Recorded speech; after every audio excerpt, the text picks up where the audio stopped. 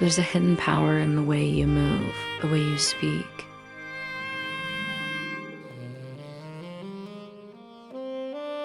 The energy you project, it's called seduction, and it controls more of the world than you think. Politicians, artists, lovers, and leaders have all used it to conquer, persuade, and dominate. In his provocative book, The Art of Seduction, Robert Greene reveals the ancient secrets behind this mysterious force. If you've ever wanted to be irresistibly magnetic, this is where it begins.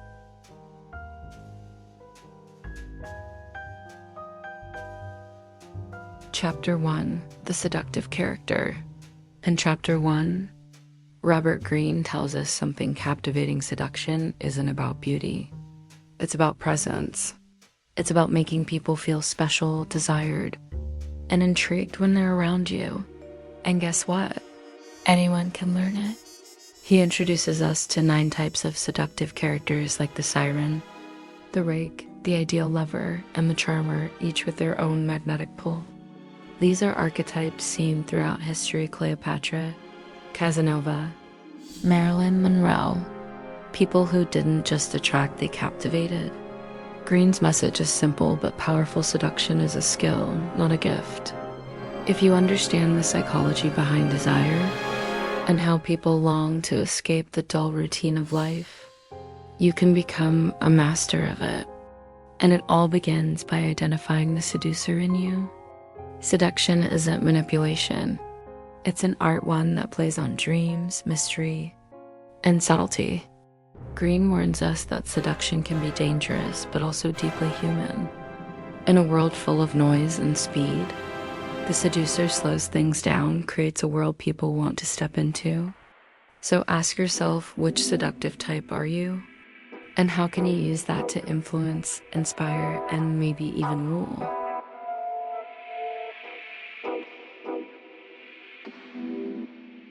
Chapter 2, Create a False Sense of Security Approach Indirectly. In Chapter 2, Robert Greene unveils a powerful truth: the most dangerous seducers don't strike head-on, they slip in unnoticed. They don't declare their intent. They make you feel safe, even when they're slowly drawing you in. Greene explains that if you want to influence someone deeply, whether emotionally, romantically, or even politically, the direct route often fails. People guard themselves against obvious advances. But when you move subtly, with patience and charm, you bypass their defenses. Think of it like a magician.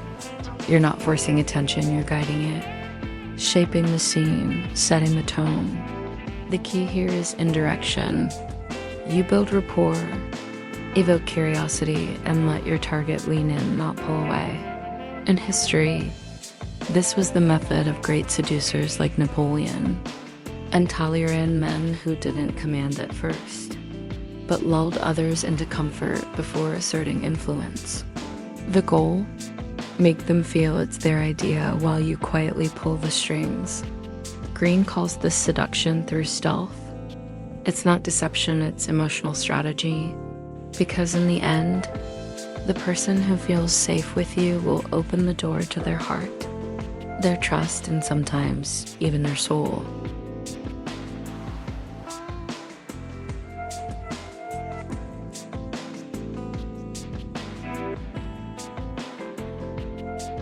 Chapter 3, Send Mixed Signals. In Chapter 3, Robert Greene reveals a secret weapon of irresistible people mystery. And one of the most powerful ways to build mystery is by sending mixed signals. Greene explains that people crave clarity, but they're drawn to contradiction. Why? Because mixed signals create emotional tension. They keep others guessing, leaning in, wanting more. And in seduction, wanting more is everything. Imagine someone who's warm one moment, cool the next. Confident, but vulnerable. Interested, but not obsessed. That unpredictability becomes intoxicating. It builds suspense. It fuels desire. Because now, your target is trying to figure you out instead of protecting themselves. History shows us this tactic in action. Cleopatra mastered the art of contrast, regal and playful, distant and affectionate. She made powerful men feel off balance and then addicted. Greene warns, don't be too obvious. If you reveal everything, your intentions, emotions, plans, you kill the suspense. Seduction thrives in the gray areas. It lives in ambiguity. So, if you want to be unforgettable, learn to be complex. Be light and dark. Be sweet and elusive. Because the moment they think they understand you, you become boring. And the seducer, they're never boring. They're a puzzle you want to solve, but never can.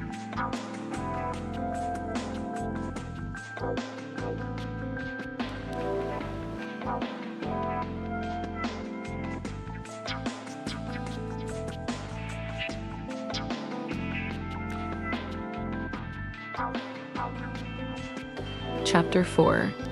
Appear to be an object of desire. In Chapter 4, Robert Greene dives into a simple truth: we want what others want. Desire is contagious. When people see you being admired, pursued, or spoken about, they naturally assume you have value even if they don't know why. Greene calls this social proof, and in seduction, it's one of your most powerful tools. Think of it like this: someone who's constantly surrounded by attention becomes magnetic. They're seen as high value, desirable, worthy of pursuit because others are already drawn to them. Throughout history, seducers have used this principle to elevate their appeal. Casanova was always in the company of women. Marilyn Monroe became more alluring when she entered a room, and every head turned. It created an aura, the illusion that they were desired by everyone. And here's the trick: you can manufacture this aura. Surround yourself with admirers. Be seen in high-status situations. Let rumors of your romantic success circulate. Don't brag, let others do it for you. Greene warns, never appear desperate or lonely. It repels desire. People are attracted to abundance, not neediness. So create an image, cultivate buzz, let the world believe you're the prize, because once they believe it, they'll start chasing it.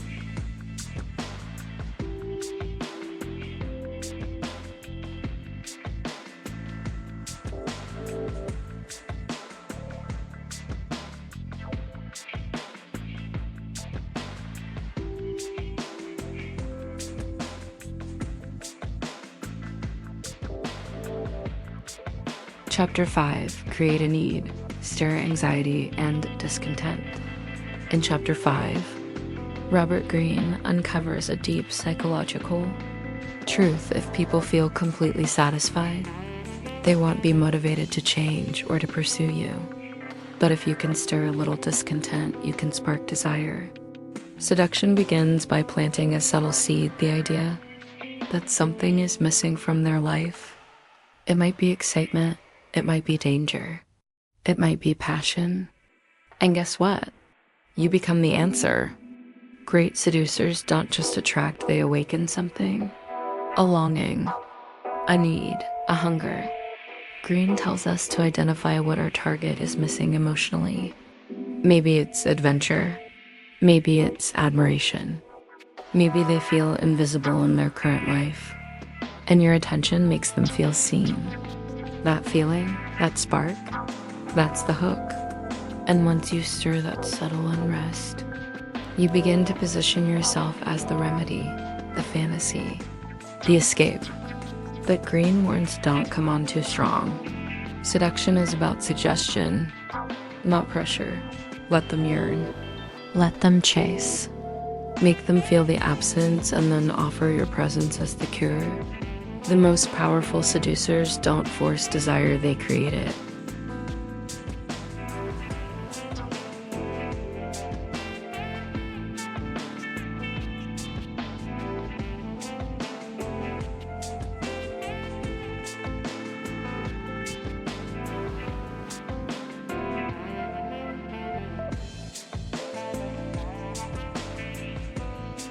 Chapter 6, Master the Art of Insinuation.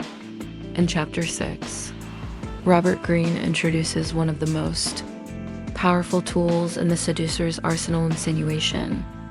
A great seducer never says something outright. Instead, they imply, they suggest, they hint. Why? Because what's left to the imagination becomes far more irresistible than anything plainly stated. Think of it this way: directness can feel pushy or even desperate, but subtlety, it creates mystery, it sparks curiosity, it invites the other person to fill in the blanks, to fantasize, to become an active participant in their own seduction. Greene reminds us it's not just about what you say, it's how you say it. A klotz, a pause, a suggestive comment that lingers in the mind long after you're gone. When you insinuate, you allow desire to grow organically in the mind of the other person. They'll think it was their idea, and that's exactly what you want. Because when someone believes they're choosing you, rather than being led, the seduction becomes irresistible.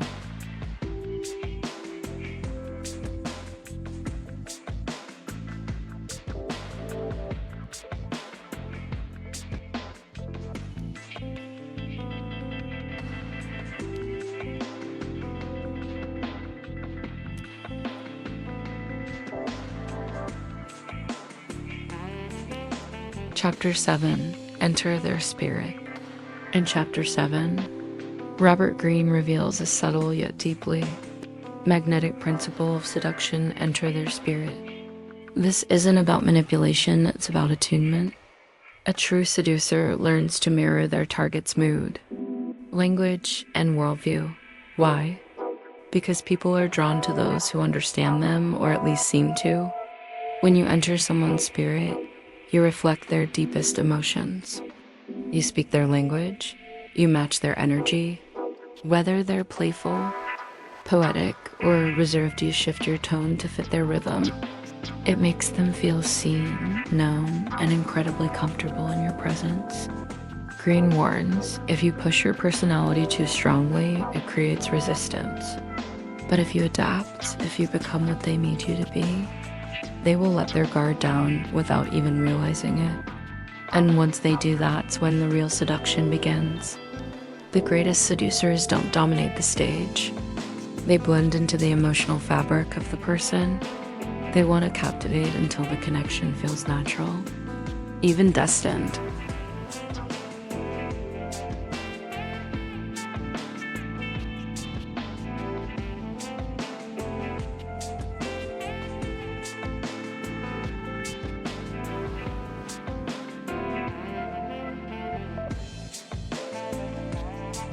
Chapter 8, Create Temptation.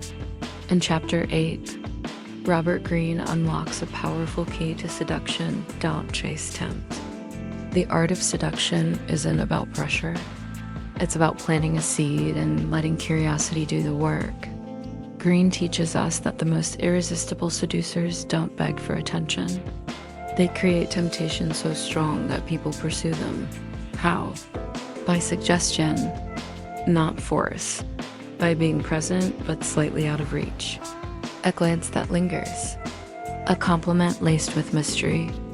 A moment of silence that invites imagination to fill the gap. The goal isn't to overwhelm it, to ignite desire through subtle cues and emotional hints. Give them just enough to want more. Leave space for them to wonder what it would be like to get closer. Greene reminds us we're all drawn to what we think we can't have or shouldn't want. The forbidden, the distant, the elusive. So instead of revealing everything, withhold a little. Make them crave your attention, your time, your affection. In the world of seduction, the most powerful move is to become the temptation itself.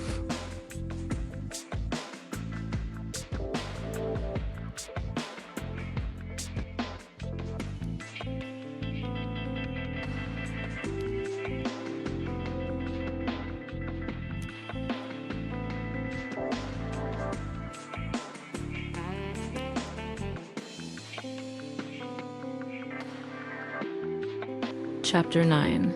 Keep them in suspense. What comes next?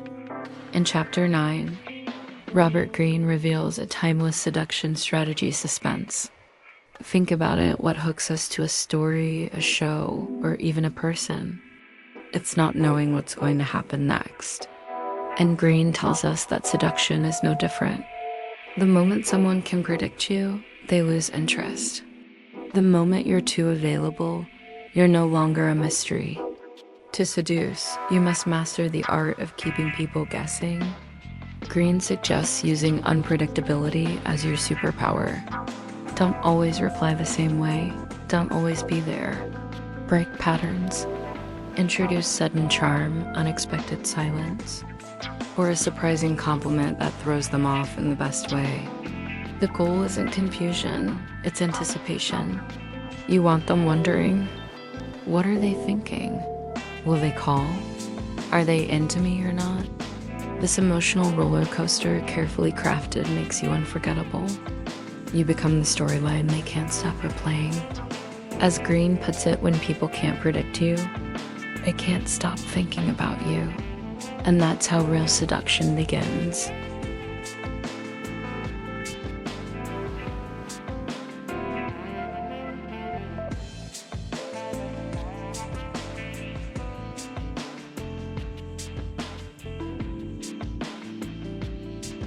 Chapter 10. Use the demonic power of words to sow confusion. In Chapter 10, Robert Greene takes us deeper into the art this time, showing how words can seduce just as powerfully as touch or presence. He calls it the demonic power of language, and it's true. Words are spells. They can enchant, confuse, inspire, and even manipulate emotions in the subtlest ways. Greene says that seducers don't speak like ordinary people. They speak poetically, metaphorically, suggestively. Their words leave room for interpretation, and that's where the magic happens. Think of it like this: if you're too clear, too literal, there's nothing left to the imagination. But when you speak in riddles, with rhythm or with a whisper of mystery, people lean in. They want to decode you. They want to feel the message behind your message. He also warns us, don't just inform. Instead, invoke emotion. Say things that awaken longing, stir curiosity, or spark desire. Use compliments, but cloak them in story. Flirt through implication, not declaration. Talk in layers. When your words sound like poetry, people stop thinking and start feeling. And once you've bypassed logic and touched the heart, you've begun the most powerful seduction of all.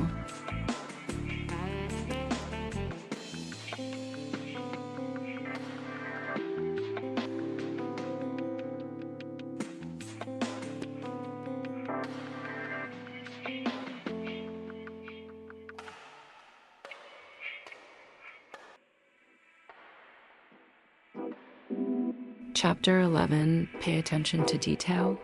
In Chapter 11, Robert Greene shifts the spotlight onto something that often goes unnoticed: the details. The small things, the finishing touches, the silent signals that seduce without a single word. Greene reminds us that true seduction is not loud, it's subtle, precise, and intentional. It's found in the fragrance you wear, the way you glance across a room, the timing of your message, or the softness of your tone. Why do details matter so much? Because they show the target that you care, that you're attentive, that you see them, and that makes people feel special, chosen. He says a true seducer crafts every aspect of the encounter like an artist.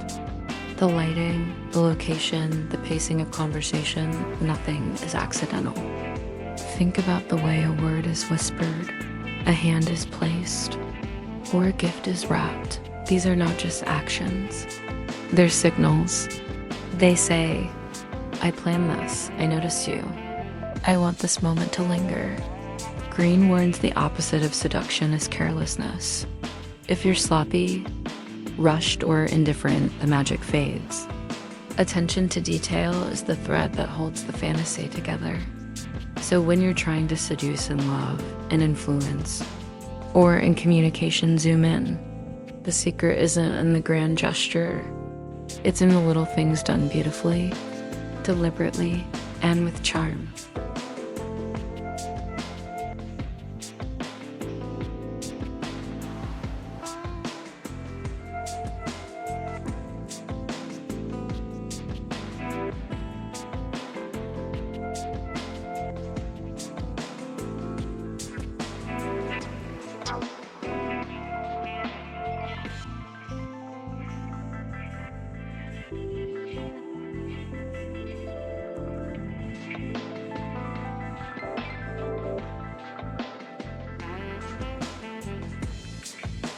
Chapter 12, Poeticize Your Presence. In Chapter 12, Robert Greene teaches us a powerful truth: reality is too harsh, too mundane, and that's exactly why people crave fantasy. They crave poetry in their lives, and a great seducer becomes that poetry. Greene says if you want to be unforgettable, you can't just walk through life like everyone else. You need to elevate your presence, romanticize it. Make your words, your looks, and your gestures feel like something out of a dream. This doesn't mean being fake, it means being artful. You become a living story, someone who stirs emotion and makes people feel like they've stepped into a different world. Seducers throughout history, from Cleopatra to Casanova, understood this. They didn't just enter a room, they made it feel like magic arrived with them. Greene suggests you should dress with intention, speak with rhythm, and leave a lasting impression, not with force, but with allure. Your presence should be the escape someone didn't even know they needed. So how do you poeticize your presence? Use metaphor, be unpredictable, turn a conversation into a journey. Let your silence speak louder than your words. Because when you become the poem in a world full of plain sentences, you don't just attract attention, you capture hearts.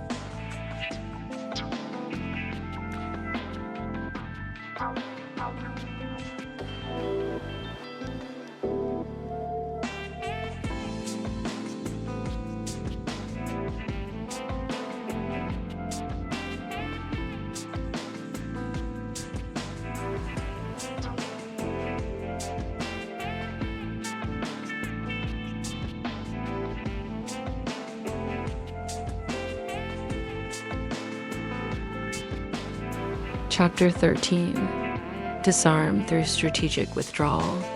In Chapter 13, Robert Greene introduces us to one of the most underrated yet devastatingly effective seductive tools, the power of absence.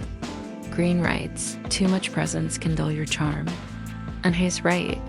When you're always available, always present, people start to take your attention for granted. But when you withdraw strategically, not permanently, something fascinating happens. Your absence creates mystery. It creates desire. It makes people notice the silence you leave behind. They begin to wonder where you went and why they miss you. Great seducers have mastered this dance. They show just enough presence to build emotional connection, then disappear just long enough to intensify the longing. Think of it like music. It's not just the notes, but the pauses that make it powerful. Greene warns us not to mistake withdrawal for indifference. This is strategic. It's about controlling the rhythm of the relationship. You build tension, release it, then build it again. The result: you stay on their mind even when you're not around. You make your absence feel louder than most people's presence. So if you want to keep your seductive power strong, don't always be the one who calls, texts, or shows up first. Sometimes disappearing a little is the most seductive move of all.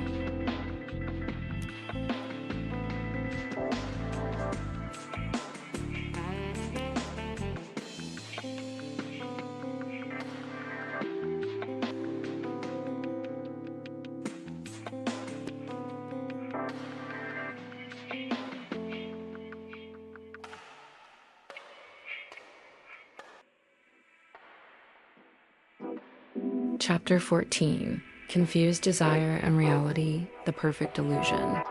In Chapter 14, Robert Greene dives into a masterful seduction tactic, the art of illusion. He explains that people don't just fall in love with who you are, they fall in love with what you represent, an idea, a fantasy, a dream they've secretly been craving. Greene puts it plainly, seduction thrives on the gap between illusion and reality. In other words, you don't have to be perfect, you just need to appear perfect in the eyes of your target. The best seducers know how to become what others want to see. They dress the part, speak the part, and build a narrative around themselves that feels just out of reach. Not lies, illusions. Carefully crafted images that stir emotion. Think of classic Hollywood icons or famous lovers in literature. Their charm wasn't in their raw truth, it was in their mystique. Their ability to blur the line between fantasy and reality kept others hooked. Greene urges us to stop trying to be authentic all the time in seduction.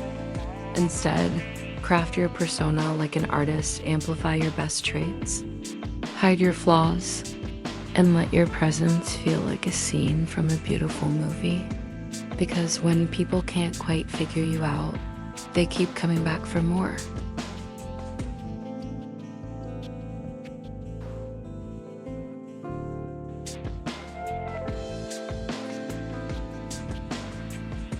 Chapter 15, Isolate the Victim. In Chapter 15, Robert Greene reveals one of the most effective strategies in seduction isolation. If you want someone's undivided attention, you have to separate them from the world that distracts them. Greene says a seducer needs room to maneuver, space to weave a spell. That space is created when you gently pull your target away from their normal routines, their circle of influence, and their daily noise. Isolation doesn't have to be physical. It can also be emotional or psychological. When you make someone feel that only you understand them, that only you see the real them, you've already begun to isolate them in their mind. This tactic works especially well when someone is feeling bored, overlooked, or misunderstood. In that moment of weakness, your focused attention becomes magnetic. You become the escape they've been searching for. Greene also warns this should be subtle. Don't force separation. Don't demand attention. Lure them. Invite them into your world, where your energy, your voice, your time becomes the center of theirs. Once someone is isolated mentally or physically, they're more likely to open up, to listen, and eventually to fall.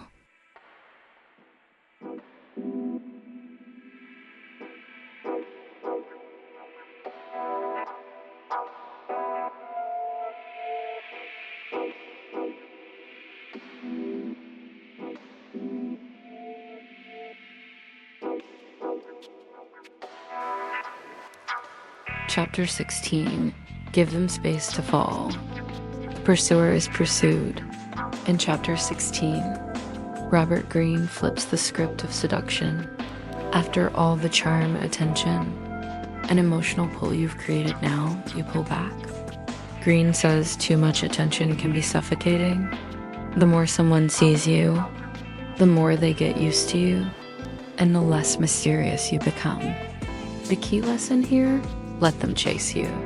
Give them just enough of a taste. Then create distance. Disappear a little. Delay your replies.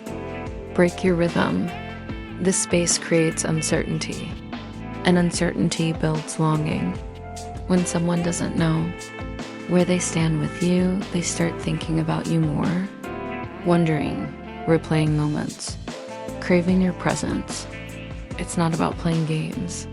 It's about creating emotional tension, a vacuum they want to fill. When you give someone room to fall, they fall harder than if you had pushed them.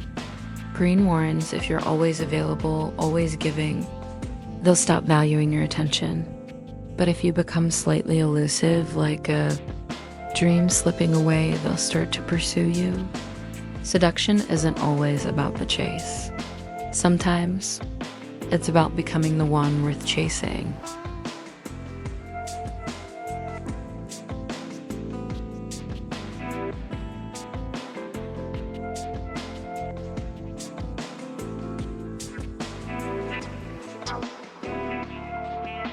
Chapter 17. Confused Desire and Reality. The Perfect Illusion. In Chapter 17, Robert Greene introduces one of the most powerful tools in the seducer's arsenal, illusion. He says people don't fall in love with reality, they fall in love with their fantasies. Your role as a seducer is to blur the line between what's real and what's imagined. You become a mirror that reflects their desires, not your true self. Why? Because seduction isn't about truth, it's about emotion. Greene explains that when you present yourself as the answer to their dreams, their rescuer, their muse, their mystery, they begin to project all their unmet needs onto you. You don't have to lie. You just don't have to reveal everything. A look, a moment, a suggestion, that's all it takes to let their imagination do the work. This illusion is what makes you unforgettable. But here's the warning, don't break the spell too soon. If they see the person behind the mask before they're fully hooked, the illusion collapses and so does the seduction. Master the art of letting them fill in the blanks. And they'll write a love story with you at the center, even if they barely know you.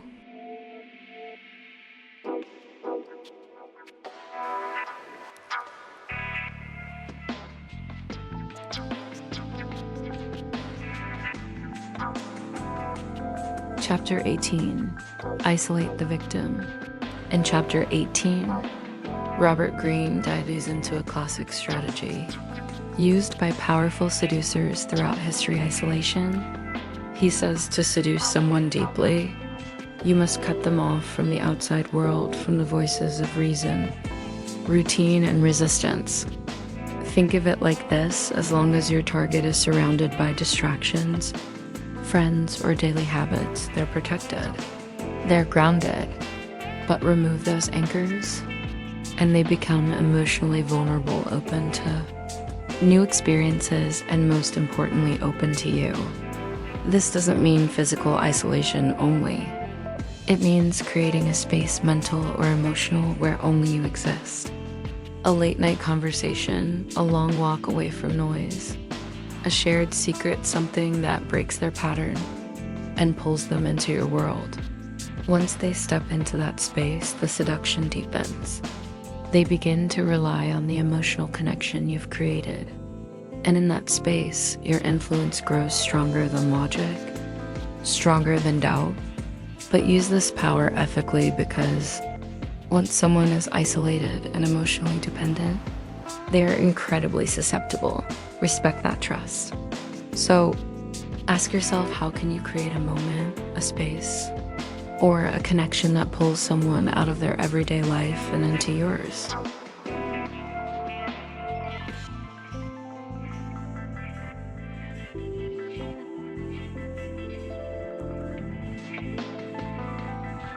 Chapter 19. Give them space to fall. The pursuer is pursued. In Chapter 19, Robert Greene flips the game. After all the charm, attention, and emotional buildup, he tells you to pull back. Yes, you heard that right. He says, once your target begins to fall under your spell, don't smother them. Step away and let them chase you.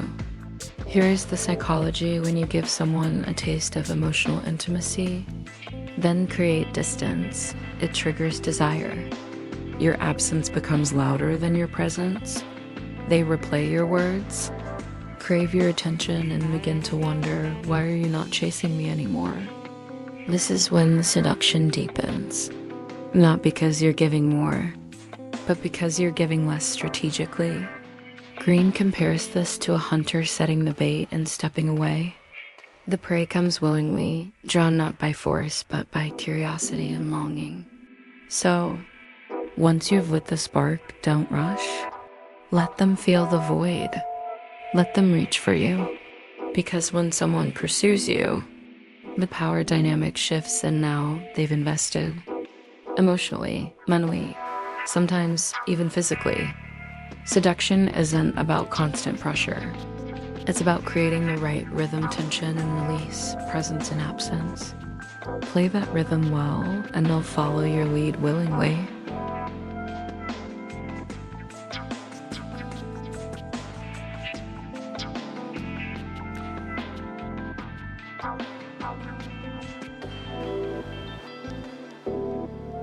Chapter 20, Mix Pleasure with Pain.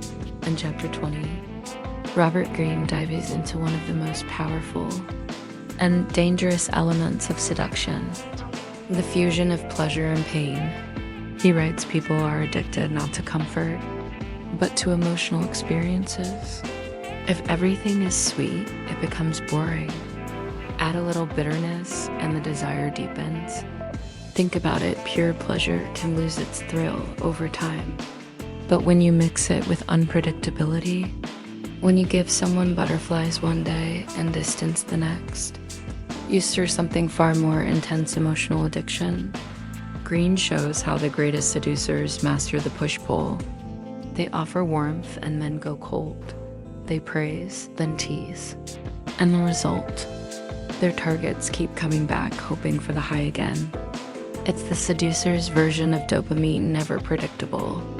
Always chasing that next hit of validation, affection, or connection. But here's the caution, this tactic is not for manipulation or cruelty. It's about intensity. The seductive experience should feel like a roller coaster, thrilling, unforgettable, and utterly unique. Greene's message is clear if you want to stay unforgettable. Don't always be nice, be real, be human, be mysterious. Because pain, when used carefully, makes pleasure that much sweeter. The emotional roller coaster isn't just effective, it's addictive.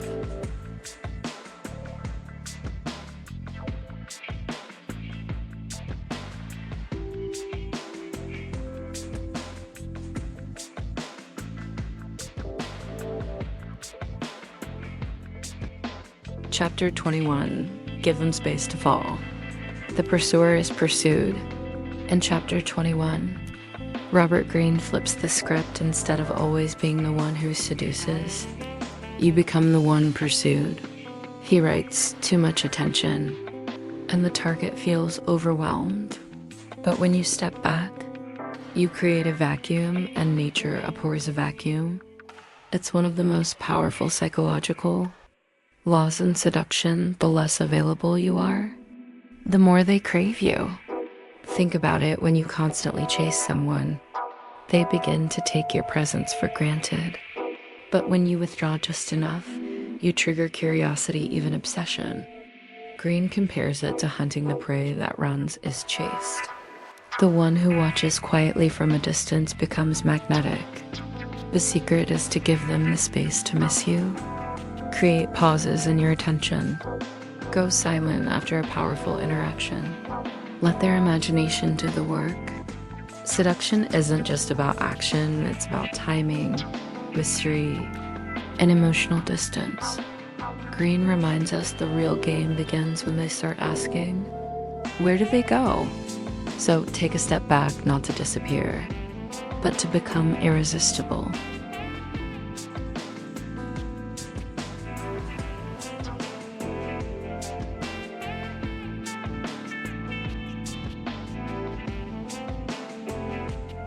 Chapter 22, Use the demonic power of words to sow confusion. In Chapter 22 of The Art of Seduction, Robert Greene shows us that seducers don't always win with logic, they win with mystery. Words, when used like smoke, can cloud judgment. They can pull people into a dreamlike state where meanings shift, and certainty disappears. Greene explains how seducers from history, mystics, prophets, and poets mastered this technique. They spoke in riddles, metaphors, and symbols, not to inform, but to bewitch. Why? Because when people are confused, they become vulnerable. They question what they know, And in that moment, you gain power.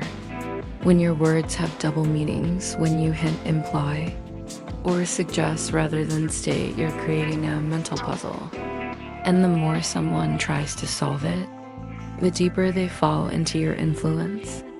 Robert Greene warns us, don't over-explain. Resist the urge to be too clear, because when you over-explain, you remove the magic.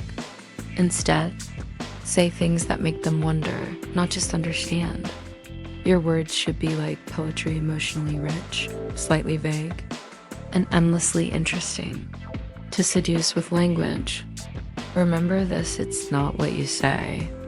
It's what you leave unsaid that pulls them closer. So use your words not to define, but to dazzle.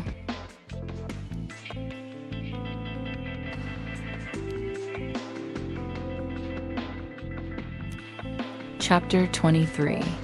Pay attention to detail. In Chapter 23 of The Art of Seduction, Robert Greene takes us into the subtle, yet powerful realm of details. He says a master seducer sees what others miss: the way someone looks at a glass, how they move their hands, the slight change in their voice. These things might seem small, but they're everything. The most seductive people don't just dress well, they dress intentionally. They don't just speak clearly, they speak with purpose. They understand that attraction builds through moments, not grand gestures. Think about this: a forgotten word, a missed compliment, a poorly timed joke. These can unravel all the magic you've built. But on the other hand, noticing a change in someone's mood, or complimenting something no one else sees, that creates deep connection. Robert Greene teaches us to become hyper-aware. Every action, every glance, every scent, every pause, it all sends a message. The question is, are you sending the right one? Because seduction is a performance, and your audience is always watching, even when you think they're not. So in everything you do, pay attention to the detail. It's not extra, it's essential.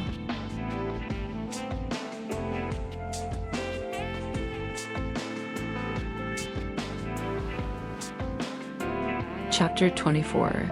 Poeticize your presence.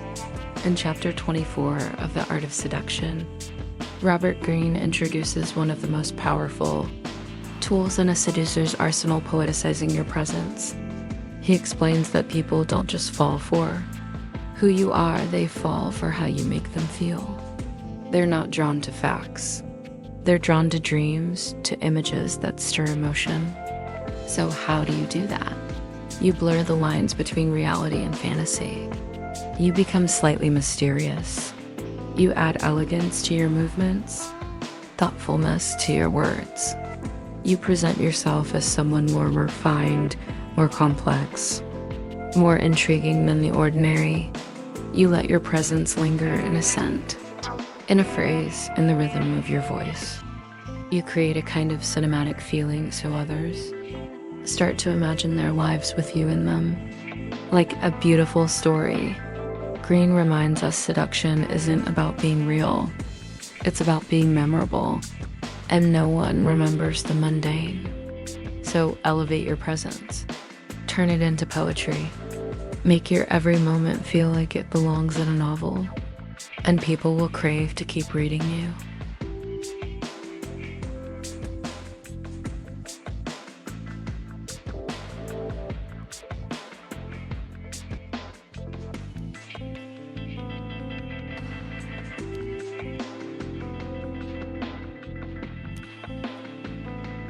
Chapter 25. Disarm through strategic withdrawal. In Chapter 25 of The Art of Seduction, Robert Greene introduces the subtle power of strategic withdrawal. Sometimes less is more, and sometimes disappearing briefly is the most seductive move you can make. He explains when you're constantly available, people take you for granted. But when you suddenly retreat, when your voice, your attention, your energy goes missing, others feel it, and they start to crave it. It's not about playing games or being manipulative. It's about creating space for desire to grow.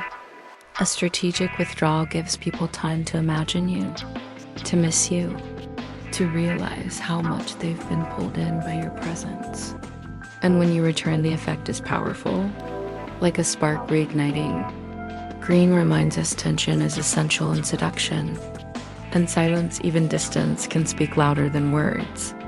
So don't be afraid to step back, disappear. Let your absence stir their imagination, then return with impact.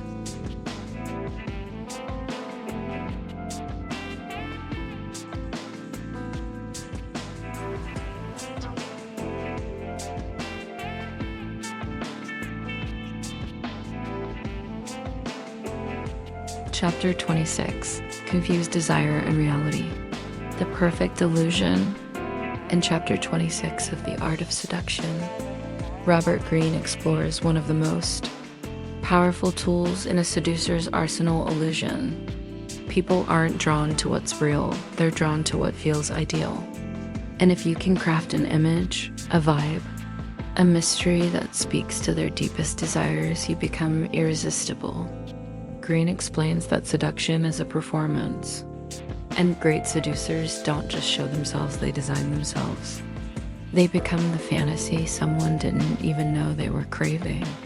He warns, don't break the spell by being too ordinary, too predictable, or too honest too fast. Instead, blend mystery, allure, and contradiction. Give just enough to keep them dreaming, but never enough to wake them up. By keeping people slightly off balance, caught between what's real and what's imagined, you turn everyday interactions into unforgettable experiences. The perfect seduction, it's not about being real.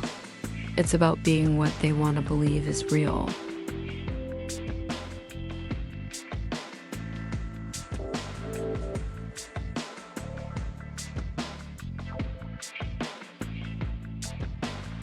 Chapter 27, Lead the Target to the Conclusion, the Seductive Mirror.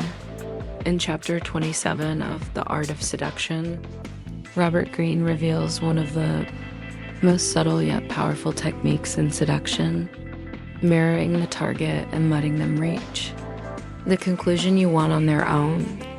Here is the secret: people are far more committed to ideas they think are theirs. If you try to persuade directly, they'll resist.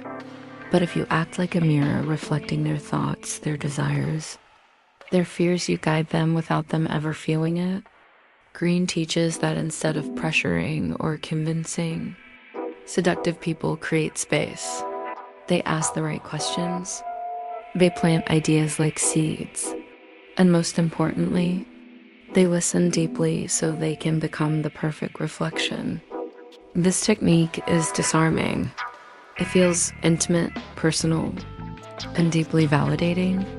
The target begins to feel seen, understood, even loved. And in that emotional space, they begin to trust you, even if they don't fully know why. Remember, seduction isn't control. It's alignment. You're not forcing, you're guiding. And when they arrive at your conclusion on their own, the connection becomes uncheckable.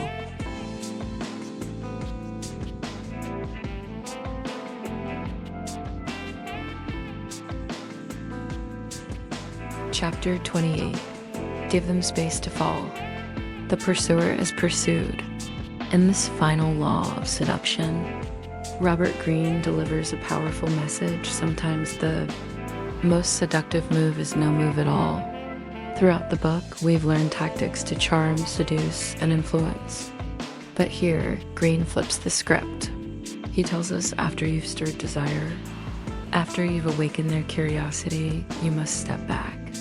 In Chapter 28, Greene explains how giving someone space creates tension, longing, and even obsession. When you disappear, you force the other person to confront their feelings. Silence becomes your greatest weapon. He draws from examples like Cleopatra and Casanova, who mastered the art of vanishing just long enough to become unforgettable. This isn't about playing games. It's about understanding human psychology. People want what they can't fully have. When you're always available, you're taken for granted. But when you retreat at just the right moment, your absence becomes magnetic. So, if you truly want power and seduction, don't chase. Let them chase you. Give them space to fall. That's the final seductive strategy Greene leaves us with before the grand finale.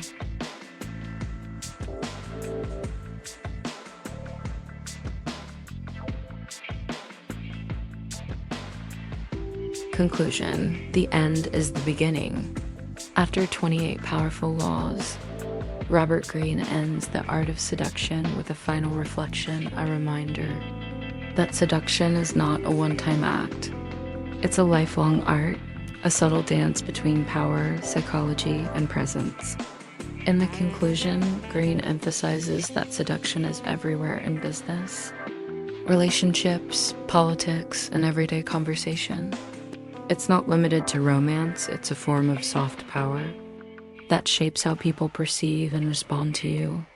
He urges the reader not just to memorize the laws, but to live them, to embody the confidence of the charmer, the mystery of the coquette, the passion of the rake.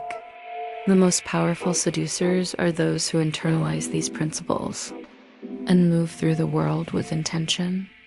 But Greene also offers a warning: don't misuse this power. Seduction can elevate or destroy. It can inspire love or manipulation. So, he advises you to seduce with grace, elegance, and authenticity, not cruelty or deceit. As the book closes, Greene leaves you with this: you are now equipped with the ultimate toolkit. What you do with it, how you influence, attract, and lead is entirely in your hands. So go ahead, seduce with purpose, lead with magnetism, and transform every interaction into art.